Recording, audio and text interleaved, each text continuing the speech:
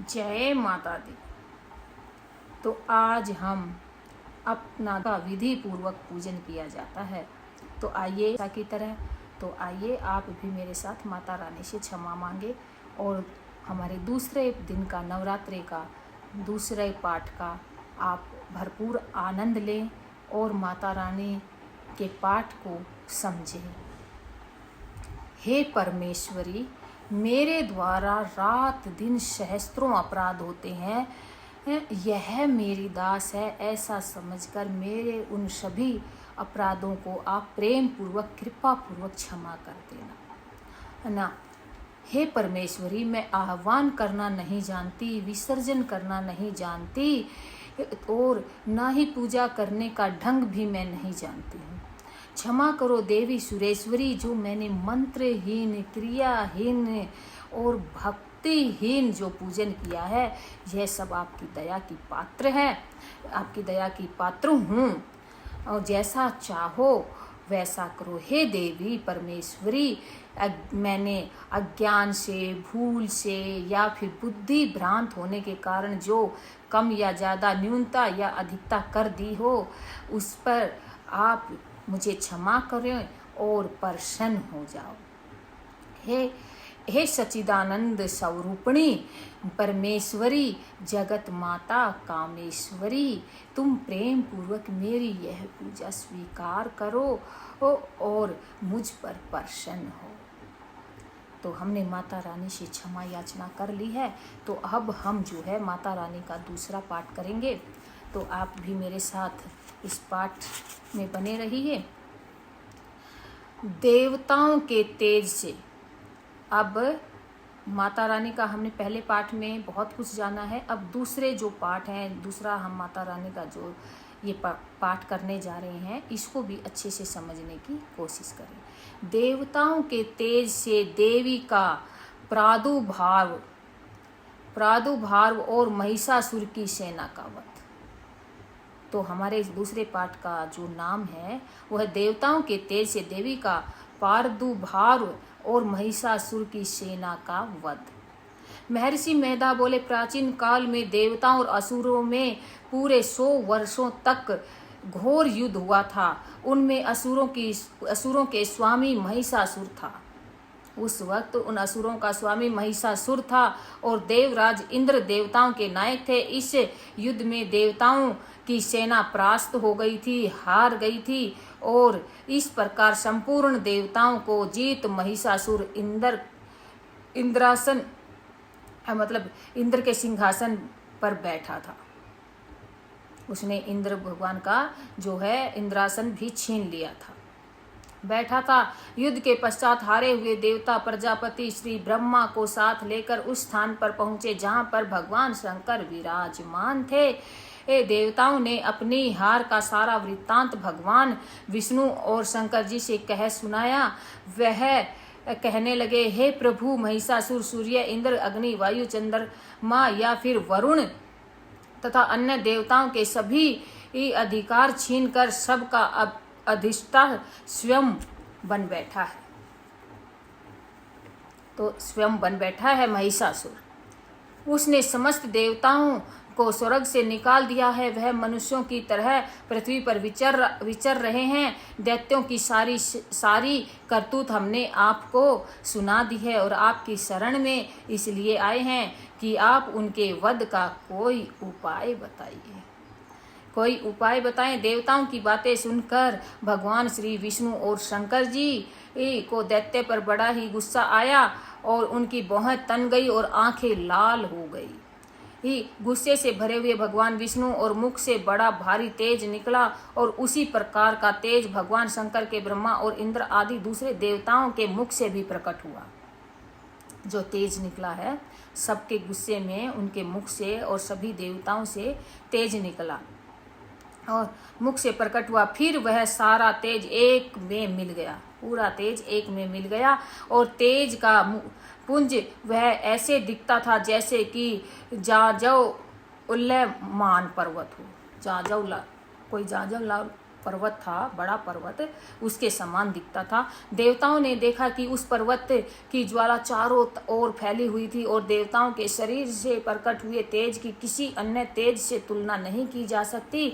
पर इकट्ठा होने पर वह तेज देवी में परिवर्तित हो गया, एक देवी का रूप धारण कर लिया और अपने प्रकाश से तीनों लोकों को व्यापक जान पड़ा, तीनों लोकों का व्यापक जान पड़ा। वह भगवान शंकर का तेज उस देवी का मुख प्रकट हुआ, भगवान शंकर के तेज से जो है उस देवी का मुख प्रकट हुआ। यमराज जो है, यमराज के तेज से उसके सिर के बाल बने, भगवान विष्णु के तेज से उसकी भुजाएं बनी, भगवान विष्णु के तेज से उसकी भुजाएं बनी। चंद्रमा के तेज से दोनों सतन और इंद्र के तेज से जंघा और पिंडली तथा पृथ्वी के तेज से नितंब भाग बना।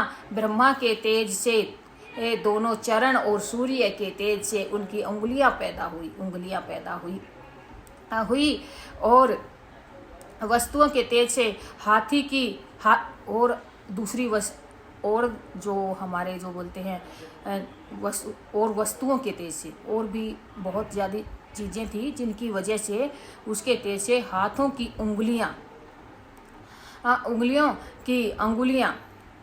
अंगुलियां एवं कुबेर के तेज से नासिका बनी। प्रजापति के तेज से उसके दांत और अग्नि के तेज से उनके नेत्र बने। संध्या के तेज से उनकी भौहें और वायु के तेज से उनके कान प्रकट हुए। इस प्रकार उस देवी का प्रादुर्भाव हुआ। महिषासुर से पराजित देवता उस देवी को देखकर अत्यंत खुश हो गए, बहुत ही प्रसन्न हो गए और भगवान शंकर ने अपने त्रिशूल में से एक त्रिशूल निकाल कर उस देवी को दिया और भगवान विष्णु ने अपने चक्कर में से एक चक्कर निकाल कर उस देवी को दिया। वरुण ने अपने चक्कर में से एक चक्कर निकाल कर देवी को दिया। वरुण ने देवी को शंख भेंट किया। अग्नि ने इसे शक्ति दी। वायु ने उसे धनुष बाण दिया। सहस्त्र नेत्रों वाली श्री देवराज इंद्र ने उसे अपना वज्र से उत्पन्न करके वज्र दिया और ऐरावत हाथी का एक घंटा उतार कर देवी को भेंट किया। यमराज ने उसे काल दंड में ले एक दंड दिया। वरुण ने उसे पास दिया। प्रजापति ने स्फटिक की माला दी और ब्रह्मा जी ने उसे कमंडलू दिया। सूर्य ने देवी के समस्त रोमों में अपनी किरणों का तेज भर दिया। काल ने उसे चमकती हुई ढाल और तलवार दी तथा उज्जवल हार और दिव्य वस्त्र भेंट किए और इनके साथ ही उसने दिव्य चूड़ामणि दी। 2 कुंडल, कंकण, उज्जवल अर्धचंद्र, बाहों के लिए बाजूबंद, चरणों के लिए नुपुर, गले के लिए सुंदर हंसली और अंगुलियों के लिए रत्नों से बनी हुई अंगूठियां उसे दी। विश्वकर्मा ने उसको फरसा दिया और उसके साथ ही कई प्रकार के अस्त्र और अभेद्य कवच दिए और इसके अतिरिक्त उसने उसे कभी न कुमलाने वाले सुंदर कमलों की मालाएं भेंट की। समुद्र ने सुंदर कमल का फूल भेंट किया। हिमालय ने सवारी के लिए सिंह और तरह तरह के रत्न देवी को भेंट किए। यक्षराज कुबेर ने मधु से भरा हुआ पात्र और शेषनाग ने उन्हें बहुमूल्य मणियों से विभूषित नागहार भेंट किया। इसी तरह दूसरे देवताओं ने भी उसे आभूषण और अस्त्र देकर उसका सम्मान किया। इसके पश्चात देवी ने उच्च स्वर से गर्जना की। देवी ने बहुत ही ऊंचे स्वर से गर्जना की। उसके इस भयंकर नाद से आकाश गूंज उठा। देवी का वह उच्च स्वर से किया हुआ सिंहनाद समा न सका। मतलब पूरे लोकों में समा नहीं पाया। देवी की इतनी ऊंची गर्जना की थी महादेवी ने, आकाश उनके सामने छोटा प्रतीत होने लगा। उसमें बड़े जोर से प्रतिध्वनि हुई, जिससे समस्त विश्व में हलचल मच गई और समुद्र कांप उठे, पृथ्वी डोलने लगी और सबके सब पर्वत हिलने लगे। सबके सब पर्वत हिलने लगे। देवता ने उस समय प्रसन्न हो सिंह वाहिनी जगतमयी देवी ने कहा, देवी तुम्हारी जय हो, तुम्हारी जय हो। इसके साथ महर्षियों ने भक्ति भाव से विनम्र होकर उनकी स्तुति की। संपूर्ण त्रिलोकी को शोक मगन देखकर दैत्यगण सुखी देखकर जो है दैत्यगण शोक मगन देखकर दैत्यगण अपनी सेनाओं को साथ लेकर और हथियार आदि सजाकर उठ खड़े हुए। महिषासुर के क्रोध की कोई सीमा नहीं थी। महिषासुर के क्रोध की कोई सीमा नहीं थी। उसने क्रोध में भरकर यह सब क्या उत्पात है, फिर वह अपनी सेना के साथ उस ओर दौड़ा जिस ओर भयंकर नाद का शब्द सुनाई दिया था, और आगे पहुंचकर उसने देवी को देखा जो कि अपनी ही प्रभा से तीनों लोकों को प्रकाशित कर रही थी।